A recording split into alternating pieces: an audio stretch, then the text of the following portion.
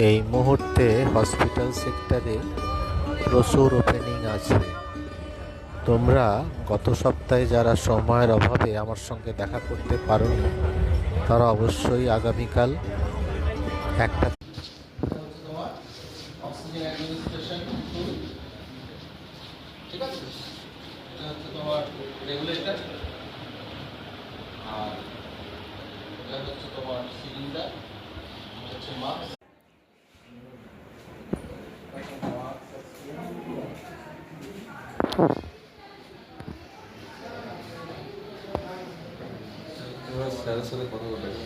ও sir একবার আসুন তো, ডাকছি।